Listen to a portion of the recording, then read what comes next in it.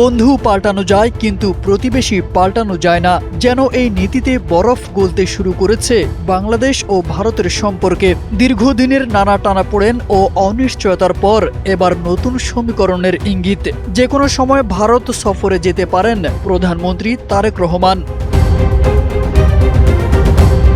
মঙ্গলবার সচিবালয়ে প্রধানমন্ত্রীর তথ্য ও সম্প্রচার বিষয়ক উপদেষ্টা জায়েদুর রহমান জানান, বিমস্টেকের সভাপতি হিসেবে বাংলাদেশের প্রধানমন্ত্রীকে ভারত সফরের আমন্ত্রণ জানিয়েছে নয়াদিল্লি। এর পাশাপাশি ভারত সরকারের পক্ষ থেকেও আলাদাভাবে আমন্ত্রণ জানানো হয়েছে।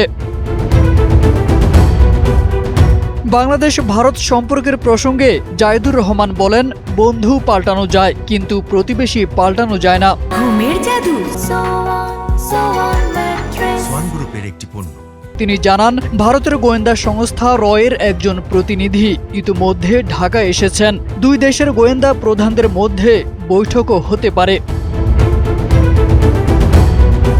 তথ্য উপদেষ্টা বলেন, বাংলাদেশ ও ভারতের সম্পর্ক এবার নতুন বাস্তবতায় পুনর্গঠিত হবে।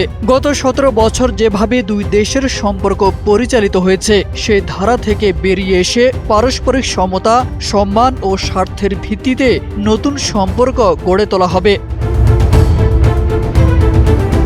তিনি বলেন, শেখ হাসিনা সরকারের সময়ের মতো ভারতের কোনো সংস্থা বা প্রতিষ্ঠানকে বাংলাদেশে কাজ করার সুযোগ দেওয়া হবে না। এখন থেকে দুই দেশের সব ধরনের সহযোগিতা ও কর্মকাণ্ড হবে স্বাধীন, সার্বভৌম ও আত্মমর্যাদাশীল রাষ্ট্র হিসেবে পারস্পরিক আলোচনা ও সমঝোতার ভিত্তিতে। অর্থাৎ সম্পর্ক থাকবে, তবে তা হবে সমতার ভিত্তিতে। বন্ধুত্ব থাকবে, তবে থাকবে পারস্পরিক সম্মান ও জাতীয় স্বার্থের অগ্রাধিকার।